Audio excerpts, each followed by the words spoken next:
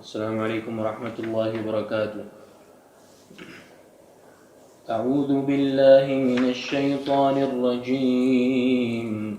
إن للمتقين عند ربهم جنات النعيم.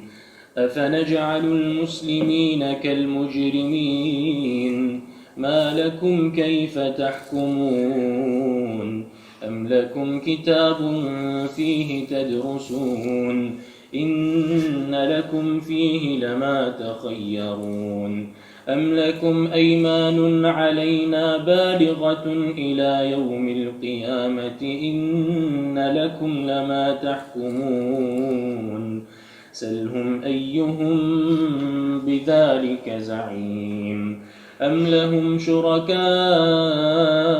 فليأتوا بشركائهم إن كانوا صادقين يوم يكشف عن ساق ويدعون إلى السجود فلا يستطيعون خاشعة أبصارهم ترهقهم ذلة وقد كانوا يدعون إلى السجود وهم سالمون فذرني ومن يكذب بهذا الحديث سنستدرجهم من حيث لا يعلمون وأملي لهم إن كيدي متين أم تسألهم أجرا فهم من مغرم مثقلون أم عندهم الغيب فهم يكتبون فاصبر لحكم ربك ولا تكن كصاحب الحوت إذ نادى وهو مكظوم لولا أن تداركه نعمة من ربه لنبذ بالعراء وهو مذموم فاجتباه ربه فجعله من الصالحين وإن يكاد الذين كفروا ليزلقونك بأبصارهم لما سمعوا الذكر ويقولون إنه لمجنون وما هو إلا ذكر للعالمين.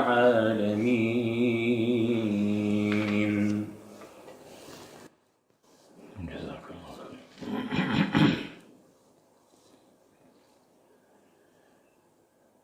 إن الحمد لله نحمده ونستعينه ونستغفره ونعوذ بالله من شرور أنفسنا ومن سيئات أعمالنا من يهده الله فلا مضل له ومن يضلل فلا هادي له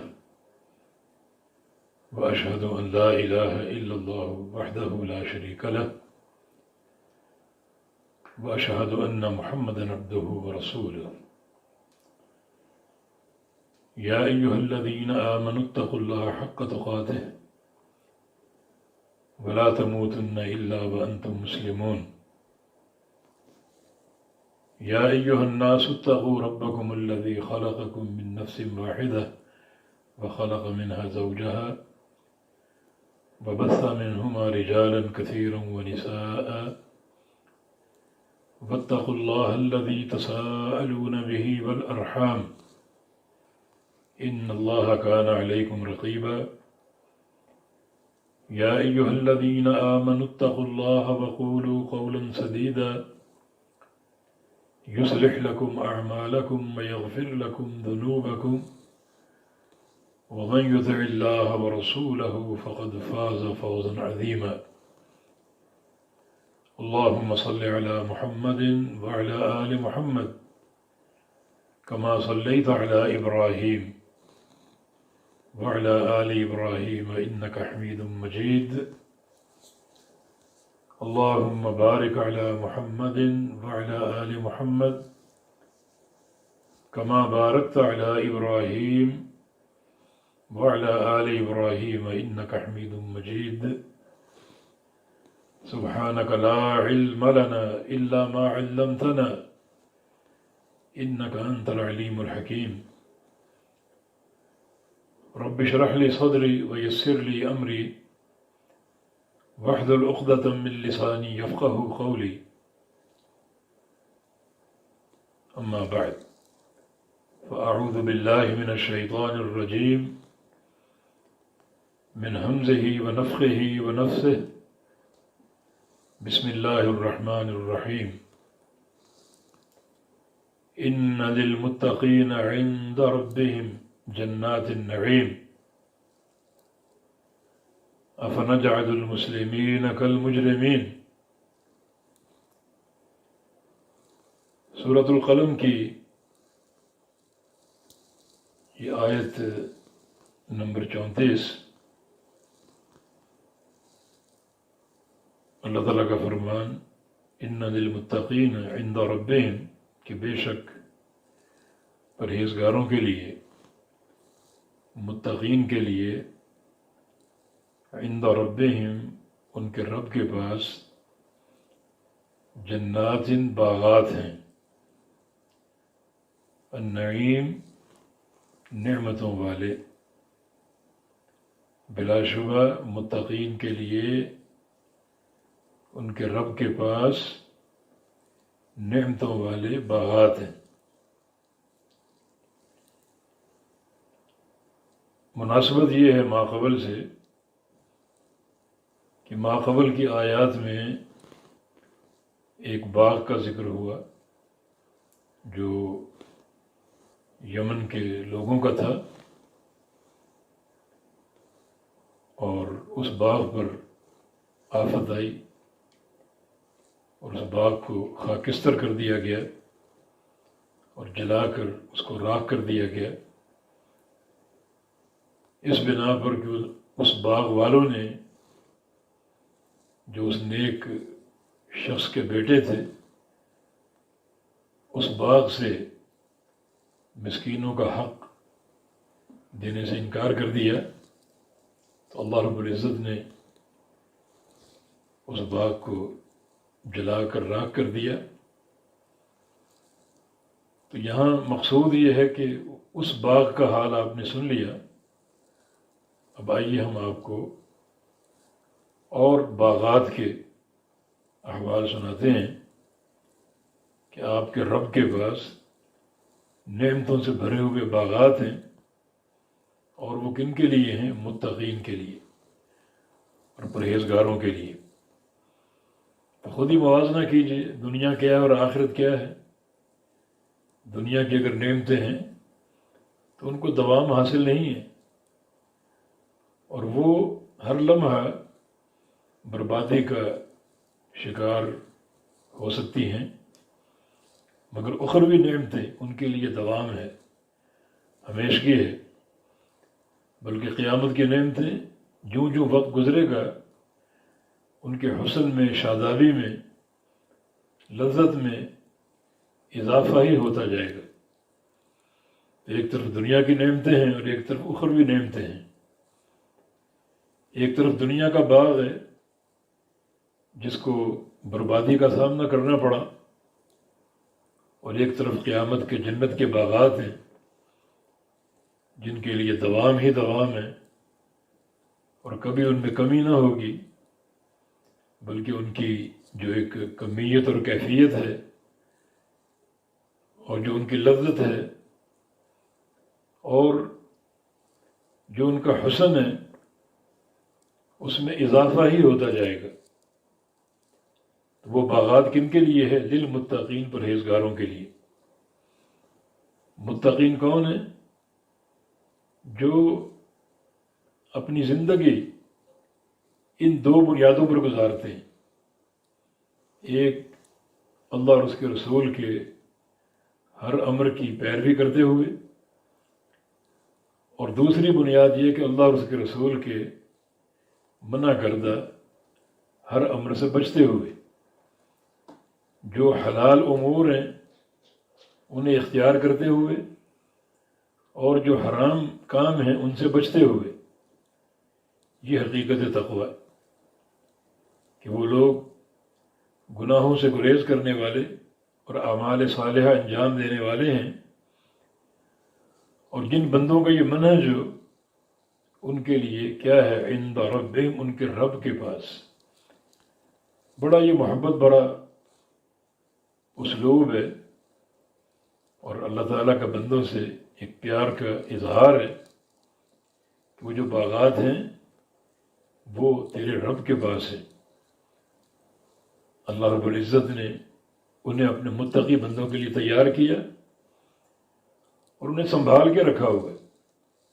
تو یہ بھی ایک پیار کا انداز ہے، محبت کا انداز ہے کہ بلا شبہ متقی بندوں کے لیے ان کے رب کے پاس جنات النعیم باغات ہیں نعمتوں والے۔ وہ نعمتیں کیا ہوں گی ان کا ہم تصور نہیں کر سکتے۔ اعددت فیہا لعبادی ما لا عین رأت ولا اذن سمعت ولا خطر علی قلب بشر، کہ میں نے ان جنتوں میں اپنے بندوں کے لیے وہ کچھ تیار کر رکھا ہے جو نہ تو کسی آنکھ نے دیکھا، نہ کسی کان نے سنا، اور نہ کسی دل پر ان نعمتوں کا تصور تک ہوا۔ کوئی سوچ بھی نہیں سکتا کہ وہ نعمتیں کیا ہیں۔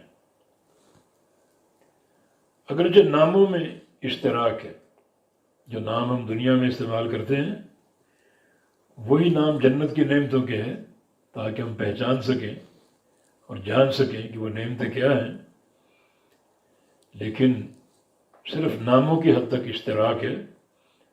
جو جنت کی نعمتیں ہوں گی ان کی لذت، ان کا ذائقہ اور ان کی ایک ظاہری جو شکل و صورت انتہائی اعلیٰ درجے کی ہوگی، جن کا ہم تصور نہیں کر سکتے۔ اب جنت کی جو نعمتیں بیان ہوئیں تو نام وہی ہیں جو دنیا کی نعمتوں کے ہیں، جیسے نخل، کھجور، رمان، انار اور طرح منضود، تہ بتہ کیلے، سدر مخضود، بیری۔ یہ صرف نام دنیا کے لیے گئے ہیں تاکہ ہم پہچان سکیں کہ وہ نعمتیں کیا ہیں۔ دودھ کی نہریں، پانی کی نہریں، شراب کی نہریں، شہد کی نہریں، یہ نام وہی ہیں جو دنیا میں استعمال ہوتے ہیں تاکہ ہم پہچان سکیں۔ لیکن جنت کی نعمتوں کی حقیقت، لذت، ان کا تصور تک کسی دل میں نہیں ہوا۔ تو صرف ناموں کا اشتراک ہے تاکہ نعمتوں کو پہچان سکیں۔ اگر نام کچھ اور ہوتے جنت کی مناسبت سے جو ہمیں سمجھ نہ آتے تو ان کے حصول کا کیا شوق ہمیں پیدا ہوتا۔ یہ بھی ایک تشویق کا ایک انداز ہے کہ وہ جنت کی نعمتیں لذت کے اعتبار سے کچھ اور ہوں گی، مگر نام دنیا کی نعمتوں کے لیے گئے تاکہ ہم پہچان سکیں اور ایک شوق میں گرفتار ہوں اور ان کے حصول کی تیاری کریں۔ اس کی ایک مثال اور ہے، اللہ تعالیٰ کے نام اور اس کی صفات، اسماء و صفات۔ اللہ تعالیٰ کے اسماء و صفات کی حقیقت کیا ہے وہ ہم نہیں جانتے، مگر اللہ رب العزت نے جو اپنے نام اور صفات بیان کی ہیں تو وہ ہمارے فہم کے مطابق تاکہ ہم ان کو سمجھ سکیں۔ جیسے الرحمن، الرحیم، یعنی مہربانی کرنے والا، رحمت کرنے والا، الرزاق، روزی دینے والا، الغفار، گناہوں کو بخشنے والا، الستار یا ستیر، گناہوں پر پردہ ڈالنے والا۔ تو نام وہی دنیا کے ہیں، مگر اللہ تعالیٰ کے جو نام اور اس کی صفات کے حقائق ہیں ان کا ہمیں ادراک نہیں ہے، ان صفات کی کیفیات ہم نہیں جانتے، مگر نام وہی لیے گئے جو دنیا میں استعمال ہوتے ہیں لغت عرب میں۔ یہ صرف ہماری پہچان کے لیے، ہم پہچان لے کہ اللہ تعالیٰ محبت کرنے والا، مہربانی کرنے والا، رحمتیں عطا کرنے والا، تاکہ اس تعلق سے ہم میں شوق پیدا ہو، روزی دینے والا تاکہ اسی سے روزی طلب کریں، گناہوں کو بخشنے والا تاکہ گناہوں کی بخشش سے طلب کریں۔ تو یہ اللہ تعالیٰ کے ناموں کے حقائق کچھ اور ہیں، لیکن ہمیں جو نام اللہ نے بتایا اپنے، وہی بتائے جن کو سن کر ہم سمجھ سکیں۔ اگر الفاظ ایسے استعمال ہوتے جو ہم سمجھ نہ پاتے، جو اللہ تعالیٰ کے اسماء اور صفات کے حقائق کی پوری ترجمانی کر رہے ہوتے، مگر ہم سمجھ ہی نہ پاتے، تو ہمیں اپنے خالق اور مالک کا کیا تعارف ہوتا؟ تو اس کا ایک احسان عظیم ہے کہ اس نے ایسے الفاظ استعمال کیے اپنے اسماء و صفات کے تعارف کے لیے جن کا فہم ہم میں موجود ہے۔ وہ حقائق ہم نہیں جانتے، کیفیات تک ہماری رسائی نہیں ہے، لیکن ان ناموں کے ظاہری معنی تو ہم جانتے ہیں، تاکہ اپنے خالق اور مالک کی ہمیں معرفت حاصل ہو جائے۔ ہم یہ جان لیں کہ وہ بخشنے والا ہے، اس سے بخشش طلب کریں، وہ تواب ہے، اس سے توبہ کریں، وہ رزاق ہے، اس سے روزی مانگیں، اور وہ حنان اور منان ہے، تو اس سے اس کی محبت، اس کا پیار اور جو بھی اس کے احسانات ہیں وہ طلب کریں۔ تو یہ اللہ رب العزت کے اسماء و صفات کے تعلق سے یہاں بات ہو رہی تھی جنت کی نعمتوں کی۔ تو جنت کی نعمتوں کے ذائقے، ان کی لذت، ان کی کیفیت ہم نہیں جانتے۔ الفاظ موجود ہوں گے ان نعمتوں کی حقیقت کا اظہار کرنے کے لیے، لیکن اگر وہ الفاظ استعمال ہو جاتے ہم پہچان ہی نہ پاتے کہ جنت میں کیا ہوگا، تو کیا تیاری کرتے، کیا شوق ہوتا۔ لیکن ہمیں ہمارے الفاظ میں، ہماری لغت میں بتایا گیا صرف ایک تعارف حاصل کرنے کے لیے کہ جنت میں پانی کی نہریں ہوں گی، شہد کی نہریں ہوں گی، اور جنت میں خوبصورت لڑکیاں ہوں گی، اور جنت میں باغات ہوں گے، انگور اور انار اور بیری اور کیلے وغیرہ وغیرہ، تاکہ ہم اپنی زبان میں ان نعمتوں کو پہچان سکیں اور جان سکیں اور ان کے حصول کا شوق اپنے اندر پیدا کر سکیں۔ ورنہ ان نعمتوں کے حقائق یہ قیامت کے دن ہی واضح ہوں گے اور ان کی لذت اور کیفیت اسی دن کھلے گی۔ تو فرمایا کہ بے شک متقین کے لیے تھے ان کے رب کے پاس باغات ہیں نعمتوں والے۔ افنجعل المسلمین کالمجرمین، کیا پس ہم کر دیں یا بنا دیں مسلمانوں کو مجرموں کی طرح، مجرموں جیسا، کہ کیا مسلمان مجرموں جیسے ہیں، اور مسلمانوں کو ہم مجرموں کی طرح کا بنا دیں۔ مقصد یہ ہے کہ کفار یہ کہا کرتے تھے قیامت کچھ نہیں، اور اگر بقول آپ کے قیامت کے دن جنت ہوگی، باغات ہوں گے، تو آج باغات ہمارے پاس ہیں تو کل بھی ہمارے پاس ہی ہوں گے۔ تو اللہ تعالیٰ جواب دے رہا ہے کہ تم جرم کرنے والے، میرے دین سے بغاوت کرنے والے، اور یہ مسلمان میرے دین کے پیروکار، اور تم کہتے ہو کہ یہ باغات قیامت کے دن ہمیں ملیں گے، تو مانا ہم تمہیں مسلمانوں جیسا بنا دیں کہ تم جرم کرنے کے باوجود اور گناہوں میں لتھڑا ہونے کے باوجود قیامت کے دن بھی باغات کے مالک بنو گے، مستحق بنو گے۔ ایسا ہرگز نہیں ہے۔ مسلمان مسلمان اور مجرم مجرم ہے۔ مسلمانوں کے لیے قیامت کی نعمتیں ہیں، کامیابیاں ہیں، جنت کی وراثت ہے، اور جو مجرم ہیں وہ قیامت کے دن عذاب علیم کا نشانہ بنیں گے۔ اور اگر مسلمانوں کی طرح مجرموں اور گناہ گاروں کو اور کافروں اور مشرکوں کو ہم جنت کے باغات دے دیں تو مانا مسلمان مجرموں جیسے ہیں اور مجرم مسلمانوں جیسے ہیں، ایسا ہرگز نہ ہوگا۔ دونوں کے مابین بڑا فرق ہے باعتبار انجام کے، مسلمانوں کا انجام روشن اور اللہ کی رضا اور محبت پر قائم ہوگا، اور ان مشرکوں اور کافروں کا انجام، ان نافرمانوں کا انجام اللہ تعالیٰ کی ناراضگی، اللہ تعالیٰ کے عذاب اور اللہ رب العزت سے دوری کی بنیاد پر قائم ہوگا۔ ما لکم کیف تحکمون، کیا ہو گیا تمہیں، تم کیسے فیصلے کرتے ہو کہ قیامت کے دن بھی باغات ہمیں ملیں گے؟ کیسے ملیں گے؟ تم تو مجرم ہو اور اس دین کے باغی ہو، تو تم قیامت کی نعمتوں کے کیسے مستحق ہو سکتے ہو؟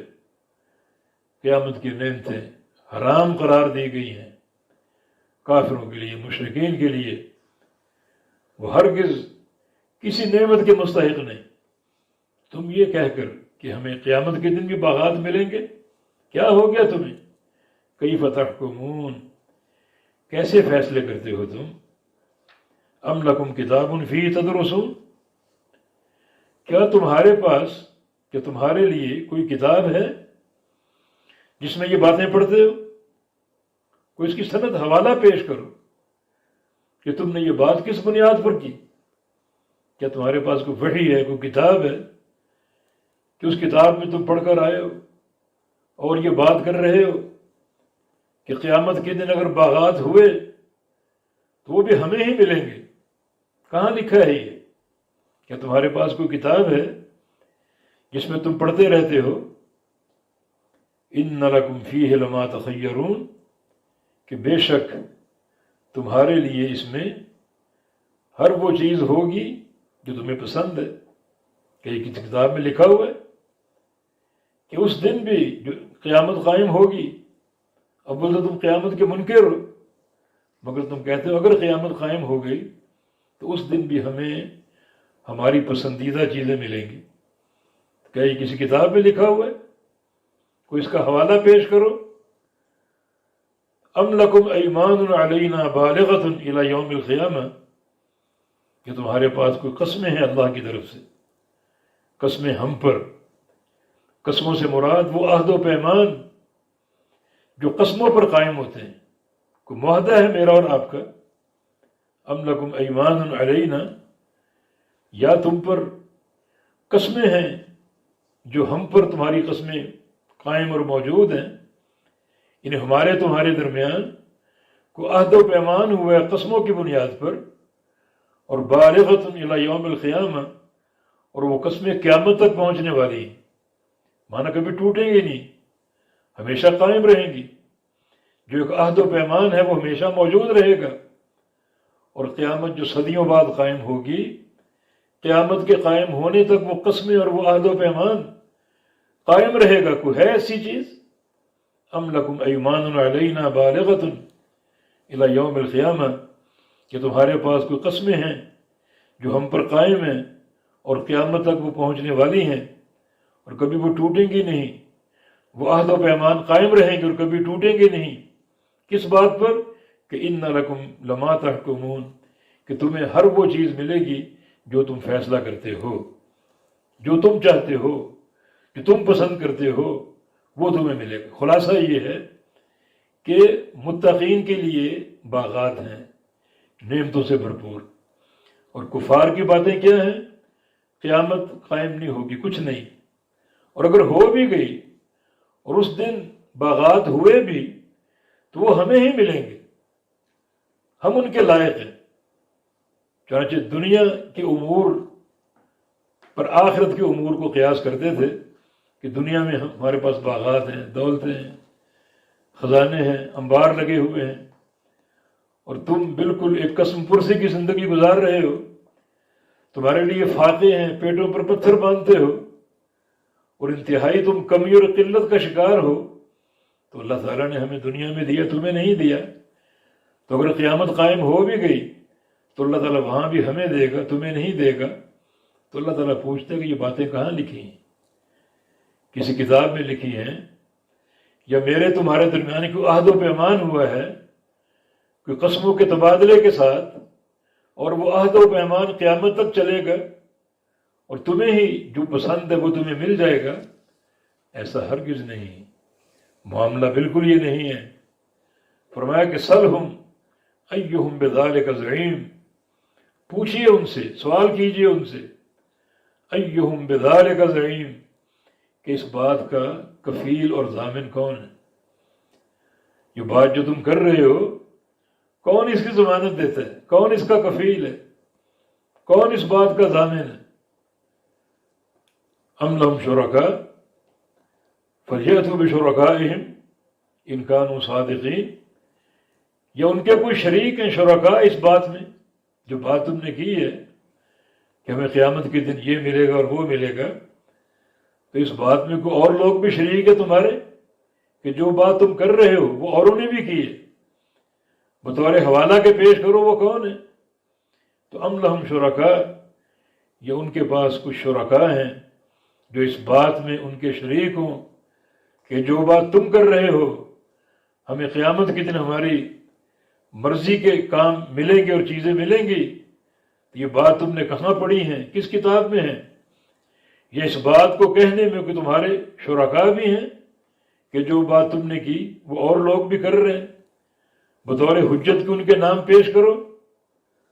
فَلْيَأْتُوا بِشُرَكَائِهِمْ إِنْ كَانُوا صَادِقِينَ، ان شرکاء کو لاؤ اگر سچے ہو، اگر تم یہ سچ بولتے ہو کہ اور لوگوں نے بھی یہ باتیں کی ہیں اور ان امور میں تمہارے فلاں فلاں شرکاء بھی موجود ہیں، تو لے کر آؤ، ان کی گواہی دلواؤ ہمیں کہ وہ یہ بات کر رہے ہیں کہ قیامت کے دن ہمیں ہر طرح کی خیر ملے گی، باوجود ہے کہ ہم دنیا میں کفر کے مرتکب ہوئے اور شرک کے مرتکب ہوئے، لیکن یہاں بھی اللہ نے ہمیں اچھا اچھا دیا اور قیامت کے دن بھی ہمیں اچھا اچھا دے گا۔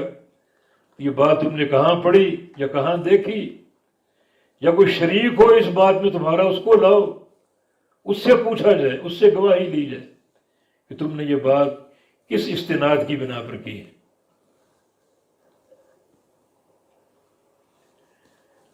اب قیامت کے احوال سن لیجئے، تم یہ بڑکے مارتے ہو قیامت کے تعلق سے کہ قیامت اگر قائم ہوئی تو ہمیں ہر قسم کی خیر ملے گی۔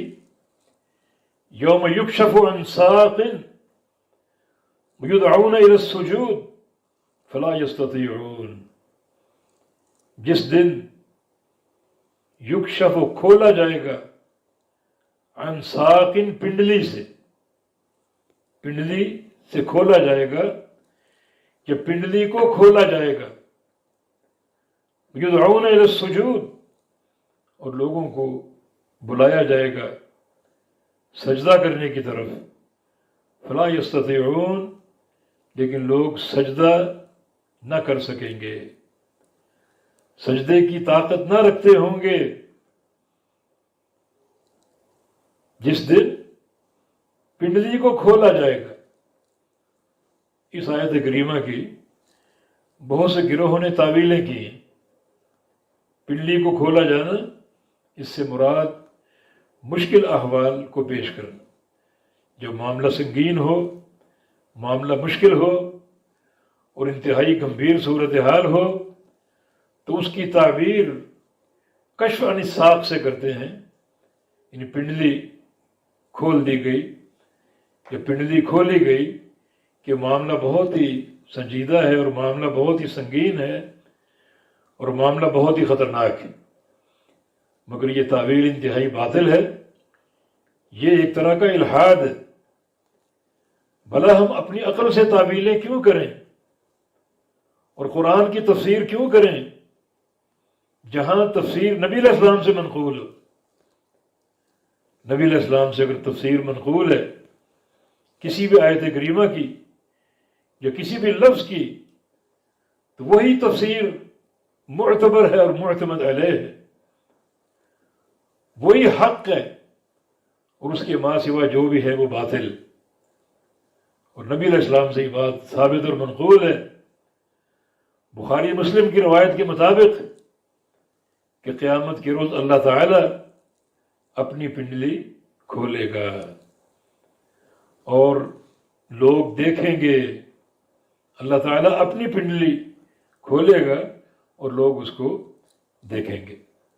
چنانچہ نبی علیہ السلام کی حدیث جو بخاری مسلم میں موجود ہے، جس کی الفاظ ہے کہ یکشف ربنا عن ساقہ، ہمارا رب اپنی پنڈلی کو کھولے گا، یسجد لہ کل مؤمن و مؤمنہ، تو اس منظر کو دیکھ کر ہر مومن مرد اور ہر مومن عورت اللہ تعالیٰ کے حضور سجدے میں گر جائیں گے۔ جب اللہ تعالیٰ پنڈلی کھولے گا تو جو مومن صادق الایمان ہے، یہ مومن عورتیں جن کا ایمان سچا ہے، وہ سجدے میں گر جائیں گے۔ تو جب پنڈلی اللہ تعالیٰ کھولے گا اس وقت لوگوں کا صدق اور کذب واضح ہوگا، سچ اور جھوٹ واضح ہوگا، اور جو مومن سچے ہوں گے وہ اللہ تعالیٰ کے حضور سجدہ کریں گے، اور ان کا سجدہ کرنا ان کے حق ہونے کی دلیل ہوگی۔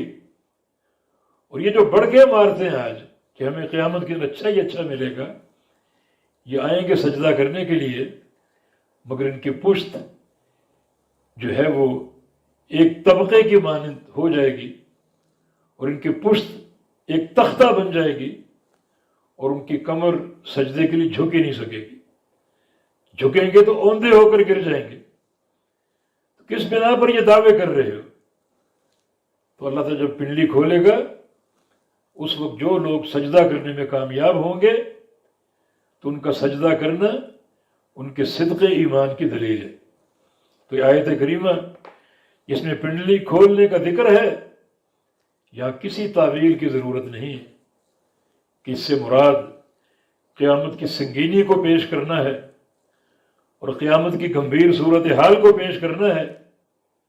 سیدنا ابو ہریرہ رضی اللہ عنہ ان کا بھی فرمان ہے، یکشف اللہ عن ساقہ، کہ اللہ تعالیٰ قیامت کے دن اپنی پنڈلی کھولے گا، تو اس وقت مومنین جو ہیں وہ سجدہ کریں گے۔ اور اس اجمال کی تفصیل اس طرح ہے کہ اللہ رب العزت سب کو پکارے گا کہ آؤ، اور جن جن کی تم پوجا کرتے تھے ان کے ساتھ آؤ۔ چنانچہ جو بھی بت پرست ہوں گے، بتوں کو پوجنے والے، حجر و شجر کو پوجنے والے، وہ ان کے ساتھ آئیں گے اور ان کو جانوروں کی طرح جہنم میں جھونک دیا جائے گا۔ اس کے بعد باقی بچیں گے یہود و نصارہ اور ایمان کا دعویٰ کرنے والے مسلمان۔ تو اللہ تعالیٰ یہود سے پوچھے گا کہ ماذا کنتم تعبدون، تم کس کی عبادت کرتے تھے؟ یہود کہیں گے کہ یا اللہ ہم تیرے بیٹے عزیر کی عبادت کرتے تھے۔ اللہ تعالیٰ فرمائے گا تم جھوٹے ہو، ہمارا کوئی بیٹا نہیں، اور جس کی تم عبادت کرتے رہے وہ تم مبتلا شرک تھے، اور ہم نے قطعاً ان کی عبادت مقرر نہیں کی تھی، اب تم تمنا کرو کیا چاہتے ہو۔ تو یہودی اس موقع پر ایک ہی تمنا کریں گے کہ یا اللہ ہمیں شدت کی پیاس لگی ہے، پانی پلا دے۔ تو اللہ تعالیٰ فرمائے گا سامنے پانی نظر آ رہا ہے، جاؤ اور جا کر پی لو۔ وہ دیکھیں گے واقعی سامنے پانی ہوگا، مگر وہ سراب ہوگا، دور سے پانی دکھائی دے رہا ہے، دوڑتے ہوئے پانی تک پہنچیں گے، مگر جب قریب جائیں گے تو وہ پانی نہیں بلکہ جہنم کی آگ ہوگی، اور انتہائی شدت پیاس کے ساتھ انہیں اس جہنم میں جھونک دیا جائے گا۔ پھر نصارہ سے پوچھا جائے گا تم کس کی عبادت کرتے رہے؟ نصارہ کہیں گے یا اللہ ہم تیرے بیٹے عیسیٰ کی عبادت کرتے رہے۔ اللہ تعالیٰ فرمائے گا جھوٹ بولتے ہو، ہمارا کوئی بیٹا نہیں تھا، اور نہ ہمارے علاوہ کسی کی عبادت روا تھی، تم بھی تمنا کرو۔ تو وہ بھی کہیں گے عطشنا یا رب، یا اللہ ہم بڑے ہی پیاسے ہیں، ہمیں پانی پلا دے۔ اللہ تعالیٰ فرمائے گا سامنے پانی موجود ہے، جا کر پی لو۔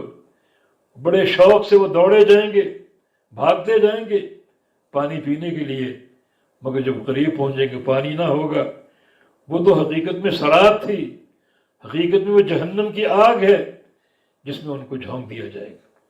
یہاں ایک بات جو ہے وہ بتانا ضروری ہے کہ قیامت کے دن ان یہود و نصارہ سے جب ان کی خواہش معلوم کی جائے گی تو سیدھا جنت کی خواہش کرتے، مگر اس وقت جو ان کی پیاس کا عالم ہوگا، جو پیاس کی شدت ہوگی میدان محشر میں انتہائی تکلیف دہ ہوگی کہ کسی اور چیز کی طلب کی بجائے اللہ تعالیٰ سے پانی طلب کریں گے، ہماری پیاس دور ہو جائے۔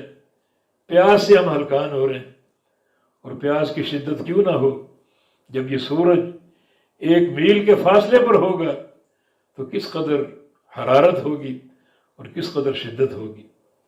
قیامت کی اس پیاس سے بچنے کے لیے میدان محشر میں 2 انتظام ہیں۔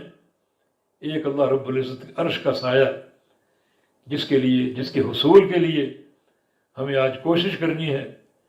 وہ بندے جو اللہ کے عرش کے سائے تلے ہوں گے ان کا تعارف حاصل کرنا ہے تاکہ میدان محشر کی پیاس سے بچ سکیں۔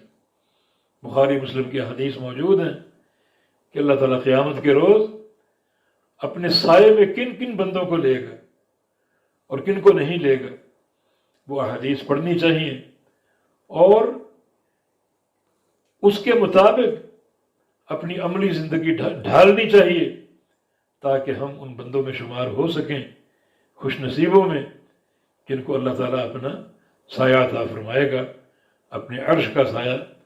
اللہ تعالیٰ ہمیں ان میں شامل فرما لے۔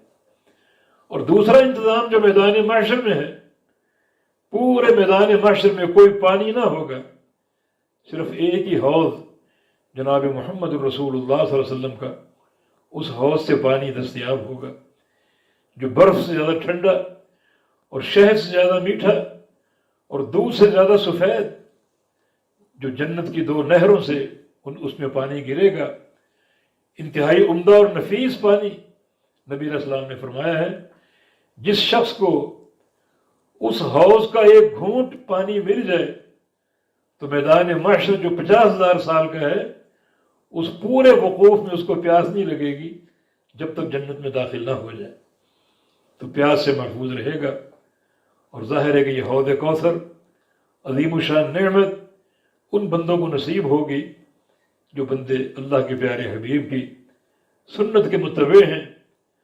بڑی بڑی جماعتیں بڑھیں گی مگر ان کو رستے میں گرفتار کر لیا جائے گا اور حوض تک پہنچنے نہیں دیا جائے گا۔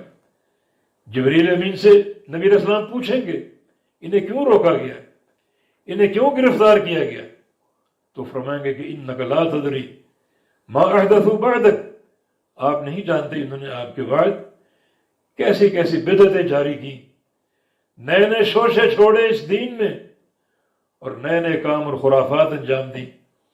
جب اللہ کے پیارے پیغمبر یہ سنیں گے کہ یہ ان کی حقیقت حال ہے تو آپ بھی فرمائیں گے کہ سحقا سحقا لمن غیر بعدی، جنہوں نے میرے بعد میرے دین کو تبدیل کر دیا انہیں مجھ سے دور کر دو، مجھ سے دور کر دو۔ تو قیامت کی پیاس بڑی ہولناک ہوگی، بڑی شدت کی ہوگی۔ تبھی تو یہود و نصارہ اللہ تعالیٰ پوچھے گا تمہاری کیا خواہش ہے، تو ایک ہی خواہش پیش کریں گے کہ یا اللہ ہمیں پانی پلا دے۔ تو اس دن پیاس کا کیا عالم ہوگا اور بندہ کتنا ہلکاں ہوگا، اس سے اندازہ کیا جا سکتا ہے۔ مگر یہ شریعت کی برکت اور سماحت اور وسعت ہے کہ قیامت کے دن بھی اس پیاس کو دور کرنے کے لیے اور اس حرارت کو زائل کرنے کے لیے انتظامات موجود ہوں گے میدان محشر میں۔ ایک ظاہری انتظام اور ایک باطنی انتظام۔ ظاہری انتظام ایک سائے کی صورت میں ہوگا، اللہ تعالیٰ کے عرش کا لطیف سایہ، اور اندر کا اور باطنی انتظام جو ہے وہ حوض کوثر کے پانی کی صورت میں ہوگا، جسے 1 گھونٹ نصیب ہو جائے اسے جنت میں داخل ہونے تک پیاس نہ لگے گی۔ تو میدان محشر کی پیاس بڑی ہولناک اور بڑی تکلیف دہ ہے، جس کا انتظام آج ہی کرنا ہوگا اور آج ہی ایسا انتظام کر کے آگے بڑھنا ہوگا جو میدان محشر کے پیاس سے ہمیں بچا سکے۔ چنانچہ یہود و نصارہ بھی جہنم میں داخل کر دیے جائیں گے، اور پھر 2 طرح کے لوگ باقی بچیں گے۔ ایک وہ مومن جو صحیح اخلاص کے ساتھ اللہ کی عبادت کرتے تھے، اور دوسرے وہ مسلمان جن کی عبادت میں ریاکاری تھی یا نفاق تھا یا دنیا کی محبت انہیں مطلوب تھی۔ تو جو مومن ہوں گے سچے اور مخلص، وہ جب اللہ تعالیٰ کی پنڈلی کو دیکھیں گے تو سجدے میں گر جائیں گے مومن مرد بھی اور مومن عورتیں بھی، اور وہ اسلام کا دعویٰ کرنے والے جو ریاکار تھے یا وہ منافق تھے، وہ سجدہ کرنے کے لیے آئیں گے مگر ان کی کمر جھک نہ سکے گی، ان کی کمر تختہ بن چکی ہوگی اور وہ اوندھے منہ گر جائیں گے سجدہ کرنے کے لیے اور سجدہ نہ کر سکیں گے۔ حافظ ابن قیم رحمہ اللہ نے جب یہ احوال آخرت کے ذکر کیے تو یہ ایک حدیث بھی لائے ہیں وہ کہ مومنین سے پوچھا جائے گا کیف عرفتم ربکم، کہ تم نے اپنے رب کو کیسے پہچانا کہ تم سجدہ کرنے میں کامیاب ہو گئے؟ وہ کہیں گے کہ لیس کمثلہ شیء، ہم نے اپنے رب کو پہچانا اس طرح کہ کوئی اس کا مثل نہیں ہے، کوئی اس کی ذات میں صفات میں کوئی اس کا مثل نہیں ہے۔ اس کا معنی یہ عقیدہ بڑا ہی برگزیدہ عقیدہ ہے۔ اللہ تعالیٰ نے دنیا میں جسے یہ عقیدہ عطا فرما دیا تو قیامت کے دن اسی عقیدے کی برکت سے وہ اخروی عذاب سے بچ سکے گا، جہنم سے بچ سکے گا، اور اللہ رب العزت کا قرب اور اس کی محبت کو پا سکے گا اور سجدہ کرنے میں کامیاب ہوگا۔ تو فرمایا کہ یوم یکشف عن ساق یدعون الی السجود فلا یستطیعون، اس دن کھولا جائے گا پنڈلی کو اور ان کو پکارا جائے گا سجدے کے لیے اور وہ سجدہ نہیں کر سکیں گے۔ خاشعۃ ابصارہم ترہقہم ذلہ، جھکی ہوں گی ان کی نظریں اور ذلت نے ان کو ڈھانپا ہوگا، ذلت اور کالک کا ان پر غلبہ ہوگا اور نگاہیں ان کی جھکی ہوں گی اسی ذلت اور شرمندگی کی بنا پر اور اس ملامت کے احساس سے۔ وَقَدْ كَانُوا يُدْعَوْنَ إِلَى السُّجُودِ وَهُمْ سَالِمُونَ، اس سے قبل دنیا میں وہ سجدے کے لیے بلائے جاتے تھے اور وہ صحیح سالم تھے، تو دنیا میں انہوں نے سجدہ نہیں کیا اور سجدے کی دعوت کو قبول نہیں کیا۔ وَقَدْ كَانُوا يُدْعَوْنَ، اور تھے وہ پکارے جاتے بلائے جاتے الی السجود، سجدے کی طرف، یعنی دنیا میں ان کو دعوت دی جاتی۔ ابراہیم تیمی کا قول ہے کہ اس دعوت سے مراد دنیا کی اذانیں اور اقامتیں، ہر نماز کے لیے اذان ہوتی اور ہر جماعت سے قبل تکبیر اور اقامت ہوتی، یہ ان کو دنیا میں دعوت بار بار دی جا رہی، اذان اور اقامت کے ذریعے، اور بالکل صحیح سالم تھے، ہٹے کٹے تھے، جسم ان کے صحیح تھے، صحت مند تھے، مگر انہوں نے سجدے کی دعوت کو قبول نہیں کیا۔ سعید بن جبیر کا قول ہے کہ اس سے مراد کیا ہے؟ یسمعون حی علی الفلاح حی علی الصلاح، کہ دنیا میں یہ سنا کرتے تھے اذانوں میں حی علی الصلاح، آؤ نماز کی طرف، حی علی الفلاح، آؤ کامیابی کی طرف، تو دنیا میں یہ سنا کرتے تھے اور اچھے خاصے تھے، صحت مند تھے، مگر دنیا میں انہوں نے اس دعوت کو قبول نہ کیا اور سجدے کے لیے نہ آ سکے، تو آج قیامت کے دن ان کو سجدے کی توفیق نہیں ہوگی، سجدے کے لیے آگے بڑھیں گے اور ان کی کمر تختہ بن جائے گی، جھک نہیں سکے گی اور وہ سیدھا اوندھے منہ نیچے گر جائیں گے۔ وَقَدْ كَانُوا يُدْعَوْنَ إِلَى السُّجُودِ وَهُمْ سَالِمُونَ، اور دنیا میں وہ بلائے جاتے تھے سجدے کی طرف اور بالکل وہ صحیح سالم تھے۔ کعب الاحبار جو پہلے علماء یہود سے تھے اور بعد میں اسلام قبول کر لیا، فرماتے ہیں کہ وَاللَّهِ مَا نَزَلَتْ هَذِهِ الْآيَةُ إِلَّا فِي الَّذِينَ يَتَخَلَّفُونَ عَنِ الْجُمَعَاتِ، کہ اللہ کی قسم یہ آیت ان لوگوں کے بارے میں اتری ہے کہ جو نماز با جماعت سے پیچھے رہتے تھے، جنہیں اذان سنائی دیتی مگر مسجد میں نہ آتے، نماز ادا نہ کرتے، جماعت کا اہتمام نہ کرتے، تو فرماتے وہ قسم کھا کے فرمایا کرتے اس آیت کریمہ کا نزول ان لوگوں کے بارے میں ہے جو نماز با جماعت سے پیچھے رہتے تھے۔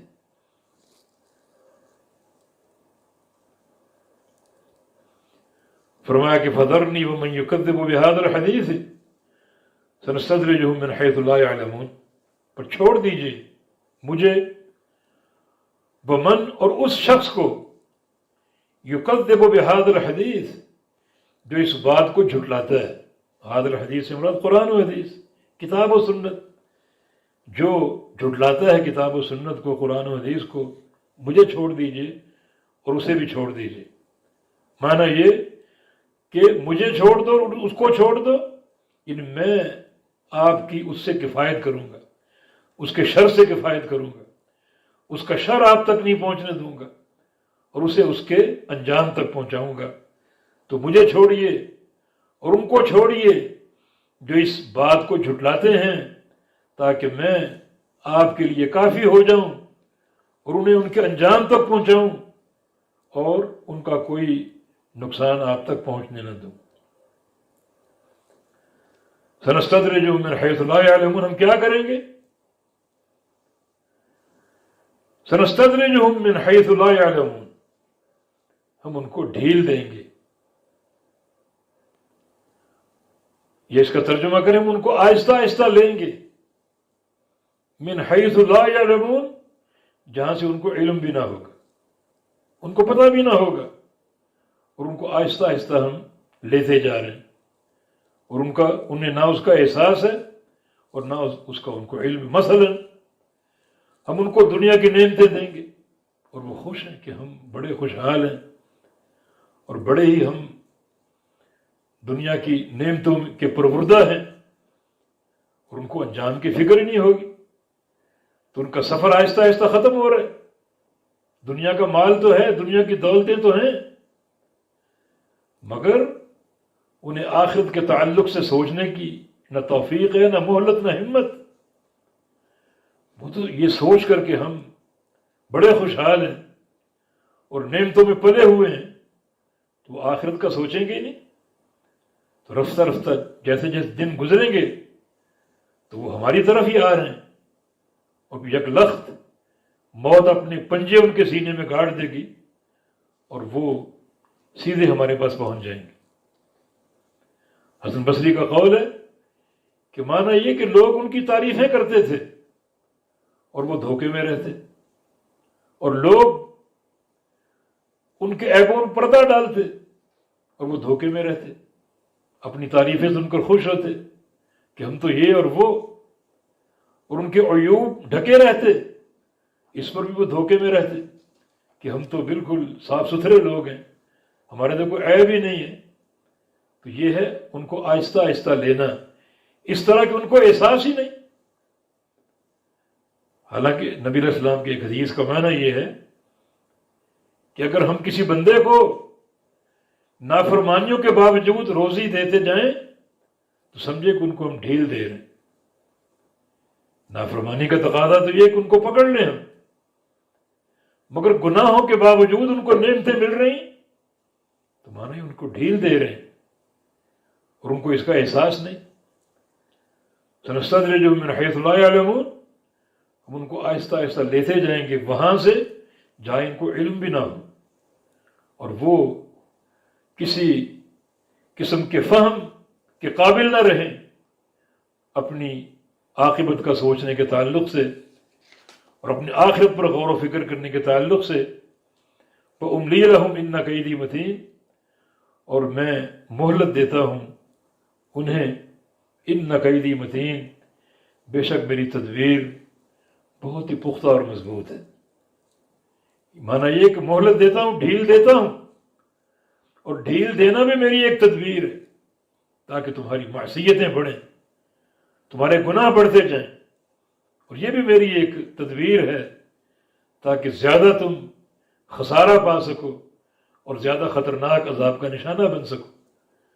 اگر ہم جلدی پکڑ لیں تو تمہارے گناہ کم ہوں گے، اور اگر ڈھیل دے کر پکڑیں تمہارے گناہ زیادہ ہوں گے. تو جتنے گناہ زیادہ ہوں گے اتنا وبال اور ان کا عذاب بھی تم پر زیادہ ہوگا. فَأُمْلِي لَهُمْ إِنَّ كَيْدِي مَتِينٌ، اور میں ڈھیل دیتا ہوں انہیں، بلا شبہ میری تدبیر بہت ہی مضبوط اور بہت ہی پختہ ہے. یعنی ڈھیل دینے کے بعد جو پکڑ ہوگی بڑی ہولناک اور شدید ہوگی. ام تسألهم اجرا فهم من مغرم مثقلون، کہ آپ ان سے سوال کرتے ہیں اجر کا، مزدوری کا، کہ جو تمہیں میں پیغام پہنچا رہا ہوں اور کتاب و سنت کا واعظ کر رہا ہوں اس کا ہمیں اجر دو۔ فہم من مغرم مثقلون، اور وہ اس تاوان تلے دبے ہوئے ہیں اور اس بنا پر پریشان ہیں۔ یہ ام تصلہم کا تعلق پیچھے جو گزرا، ام لہم شرکا، بیچ میں کچھ آیات دوسرے موضوع کی، تو آپ ان آیات کو ان آیات سے جوڑ دیں۔ ام لہم شرکا فلیأتوا بشرکائہم ان کانوا صادقین، اور آگے ام تسألہم اجرا فہم من مغرم مثقلون، کہ یا پھر جو یہ عداوت قائم کیے بیٹھے ہیں اس کی وجہ یہ ہو کہ آپ ان سے اجر مانگتے ہیں اور وہ اس اجر کے تاوان تلے دبے ہوئے ہیں، قرض کے بوجھ تلے دبے ہوئے ہیں۔ کیا یہ معاملہ ہے؟ ام عندہم الغیب فہم یکتبون، یا ان کے پاس غیب کا علم ہے اور وہ لکھ رہے ہیں۔ غیب کے علم سے مراد لوح محفوظ، اس طرح کی وہ پکی باتیں کر رہے ہیں، ہم بہتر ہیں اور قیامت کے روز ہمیں یہ ملے گا اور وہ ملے گا، اور تم لوگ نعوذ باللہ ذلیل ہو، حقیر ہو، اور ہم عزت دار ہیں، اور قیامت کے دن بھی ہمیں اگر قیامت قائم ہوگی تو باغات ملیں گے، نعمتیں ملیں گی، تمہیں نہیں ملیں گی۔ تو کیا ان کے پاس لوح محفوظ کا علم ہے جس کو وہ لکھ لیتے ہیں اور پھر آگے باتیں کرتے ہیں؟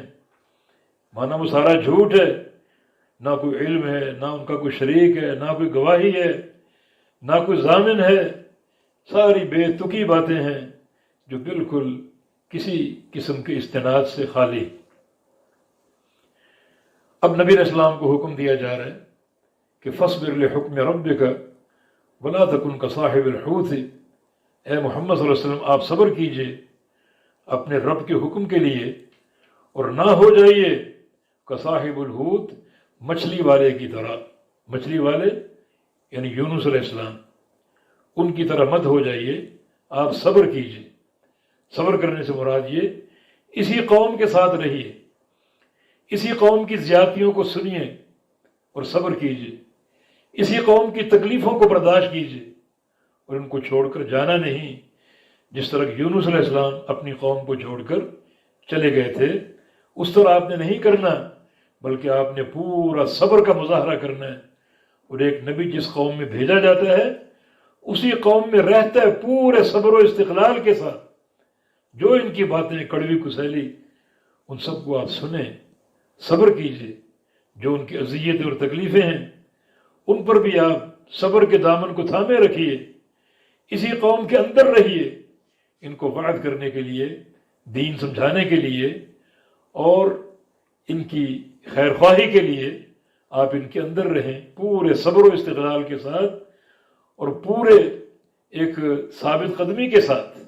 ولا تکن کصاحب الحوت، اور آپ نہ ہو جائیے مچھلی والے کی طرح یعنی یونس علیہ السلام۔ اذ نادى وهو مکظوم، جب پکارا اس نے اس حال میں کہ وہ مکظوم تھا، یعنی غصے سے بھرا ہوا یا افسوس سے بھرا ہوا۔ اصل قصہ یہ ہے یونس علیہ السلام کا، ان کو اپنی قوم کی طرف بھیجا گیا۔ نینوا ان کی بستی تھی جہاں ان کی بعثت ہوئی، اور آپ قوم کو دعوت دیتے، قوم نہ مانتی، بڑا آپ نے سمجھایا، قوم نے نہ مانا۔ اللہ تعالیٰ نے خبر دے دی کہ قوم پر عذاب آ سکتے، جو ان کی حرکتیں ہیں وہ حرکتیں عذاب کو دعوت دینے والی ہیں۔ تو یونس علیہ السلام یہ سوچ کر کہ یہ قوم تباہ ہونے والی ہے، ان پر عذاب آنے والا ہے، تو آپ ان کو چھوڑ کر چلے گئے۔ قصہ ان کا یعنی مذکور ہے کتب تفسیر میں اور کتب تاریخ میں۔ اپنی قوم کو چھوڑ کر آپ چلے گئے اور ایک کشتی میں سوار ہو گئے۔ کشتی نے چلنا شروع کیا اور رک گئے۔ رکنے کا معنی یہ کہ اس کشتی میں کوئی بندہ ایسا بیٹھا ہے جو اپنی قوم سے بھاگ کر آیا ہے، کہ جو آگے بڑھنے کے اور آگے جانے کے قابل نہیں ہے۔ تو کشتی والوں نے اعلان کیا بھئی کون بندہ ہے وہ؟ قرآن دادی کی گئی تو قرآن میں یونس علیہ السلام کا نام آ گیا۔ یونس علیہ السلام نے کشتی سے اس دریا میں چھلانگ لگا دی، اور آگے ایک مچھلی تھی اس نے یونس علیہ السلام کو نگل لیا، اور یونس علیہ السلام مچھلی کے پیٹ میں چلے گئے۔ تو یہ ہے وَلَا تَكُنْ كَصَاحِبِ الْحُوتِ، آپ مچھلی والے کی طرح مت ہو جائیے، یعنی یونس علیہ السلام کی طرح، اذ نادا وهو مکظوم، جب پکارا اس نے مچھلی کے پیٹ سے اور وہ تھے بڑے افسوس اور غصے سے بھرے ہوئے۔ کیا پکارا؟ وہ پکار خود قرآن نے پیش کی، انہوں نے کہا کہ لا الہ الا انت سبحانک انی کنت من الظالمین، پکارا اللہ کو، اللہ سے دعا کی، اللہ تعالیٰ کی توحید کا اقرار، لا الہ الا انت، کوئی معبود نہیں حق مگر تو، سبحانک تو پاک ہے ہر عیب سے، انی کنت من الظالمین، میں تھا ظالموں میں سے، میں ظالموں میں سے ہوں، مجھ سے یہ گناہ سرزد ہوا اور اپنی قوم کو چھوڑ کر آ گیا۔ چنانچہ یونس علیہ السلام اللہ تعالیٰ کو پکارا، اللہ تعالیٰ نے مچھلی کو حکم دیا اور وہ ایک میدان میں آ گئی، پانی سے باہر آ گئی اور یونس علیہ السلام کو اگل دیا، مچھلی کے پیٹ سے باہر آ گئے۔ چونکہ مچھلی کے پیٹ میں شدت کی گرمی تھی جس سے ان کا جسم زخموں سے بھر گیا، اس گرمی کی شدت کی تاب نہ لاتے ہوئے تو اللہ رب العزت نے جہاں مچھلی نے یونس علیہ السلام کو اگلا، وہاں کدو کی ایک بیل لگا دی جو ٹھنڈی ہوتی ہے، اس کا سایہ ٹھنڈا ہوتا ہے، اگر مچھلی ان کو دھوپ میں گرا جاتی تو جسم ان کا اور چھل جاتا اور تکلیف زدہ ہو جاتا، مگر اللہ رب العزت نے آپ پر یہ احسان کیا کہ وہاں کدو کی ایک بیل اللہ نے اگا دی اور اس پر یونس علیہ السلام کو لٹا دیا اور اس کے ٹھنڈے سائے تلے ان کو لٹا دیا، جس سے جلدی ان کا زخم اچھا ہو گیا۔ یونس علیہ السلام جب اپنی قوم کو چھوڑ کر گئے تو پیچھے قوم کو افسوس بھی ہوا اور گر گرانے کا ایک موقع مل گیا، اللہ تعالیٰ کے سامنے روئے، اظہار تضرع کیا، اللہ تعالیٰ نے ان کی توبہ قبول کر لی اور ان کے عذاب کو ٹال دیا۔ ادھر قوم کا عذاب ٹل گیا، ادھر یونس علیہ السلام مچھلی کے پیٹ سے برآمد ہو گئے۔ اللہ تعالیٰ فرما رہا ہے لولا ان تدارکہ نعمت من ربہ لنبذ بالعراء وہو مذموم، اگر ایسا نہ ہوتا کہ ان کو پا لیتی اللہ کی نعمت۔ اللہ کی نعمت کیا؟ توبہ کی توفیق۔ اللہ تعالیٰ اگر ان کو اپنے ذکر کی توفیق نہ دیتا اور توبہ کی توفیق نہ دیتا، اور اگر یہ نعمت ان کو نہ پاتی من رب تعالیٰ کی طرف سے، لنبذ بالعراء، تو وہ پھینک دیے جاتے ایک چٹیل میدان میں، دھوپ میں، پہلے ہی گرمی سے ان کا جسم جل چکا تھا، مزید چٹیل میدان میں دھوپ میں گرا دیے جاتے، وہ مذموم، اور بہت زیادہ وہ ملامت زدہ ہوتے، بہت زیادہ وہ ملامت زدہ ہوتے، مگر ان کے ذکر کی برکت سے اور ان کی توبہ کی برکت سے اللہ تعالیٰ نے یہ احسان عظیم کیا۔ مچھلی ان کو گرا کر گئی اور اللہ نے وہاں کدو کی بیل لگا دی، اس کے ٹھنڈے سائے تلے یونس علیہ السلام کو بہت جلدی بھلا چنگا کر دیا، اور پھر آگے کیا فرمایا؟ فَاجْتَبَاهُ رَبُّهُ فَجَعَلَهُ مِنَ الصَّالِحِينَ، تو چن لیا اسے اس کے رب نے اور کر دیا اس کو نیک بندوں میں سے۔ چنے میں پہلے بھی تھے، وہ اللہ کے نبی تھے نینوا بستی کی طرف، لیکن قوم کو جب چھوڑ کر وہاں سے بھاگ گئے اور اپنی قوم کو چھوڑ دیا تو ان کا ایک جو تعلق تھا نبوت سے منقطع ہو گیا، لیکن جب توبہ کر لی، اللہ کا ذکر کر لیا اور اللہ نے توبہ قبول کر لی تو اللہ تعالیٰ نے دوبارہ ان کو چن لیا اور دوبارہ ان کی بعثت جو ہے وہ اس قوم کی طرف فرما دی اور نبی ور ان کو بنا کر ان کو مبعوث کر دیا، اور جب قوم میں پہنچے تو اللہ تعالیٰ کی توفیق سے ان کی توبہ بھی قبول ہو چکی تھی، وہ بھی نیک اور صالح بن چکی تھی۔ تو فاجتباہ ربہ فجعلہ من الصالحین، تو چن لیا اسے اس کے رب نے یعنی یونس علیہ السلام کو اور کر دیا ان کو نیک بندوں میں سے۔ وَإِن يَكَادُ الَّذِينَ كَفَرُوا لَيُزْلِقُونَكَ بِأَبْصَارِهِمْ لَمَّا سَمِعُوا الذِّكْرَ وَيَقُولُونَ إِنَّهُ لَمَجْنُونَ۔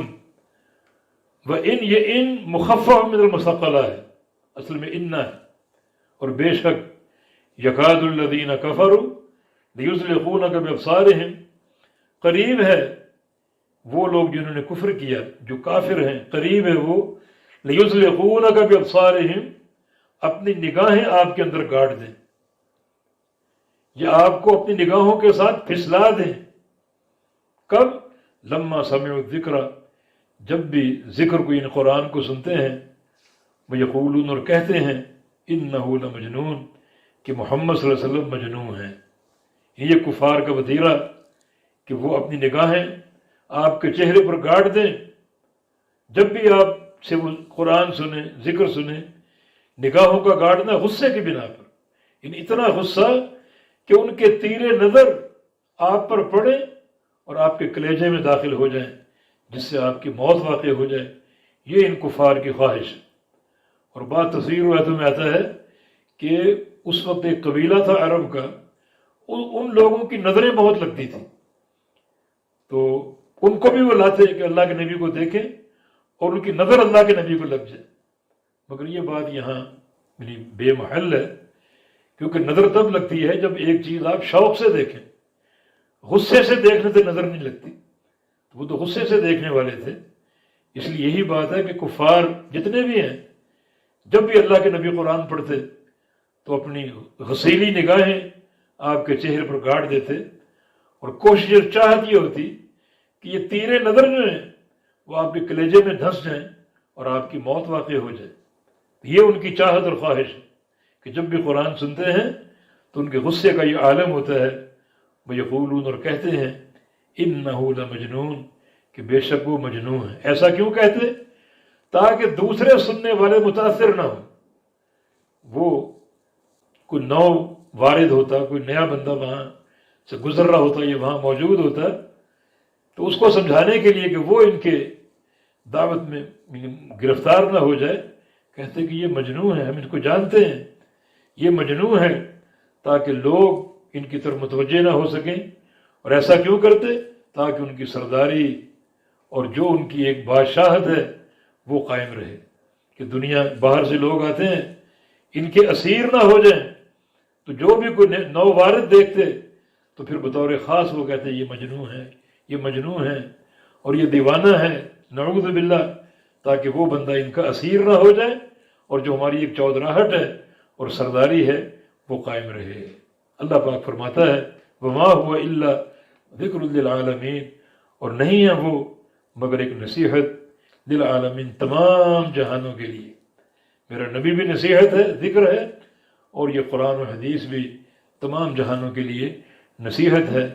اور نصیحت ایک مجنون انسان کی طرف سے کیسے ہو سکتی؟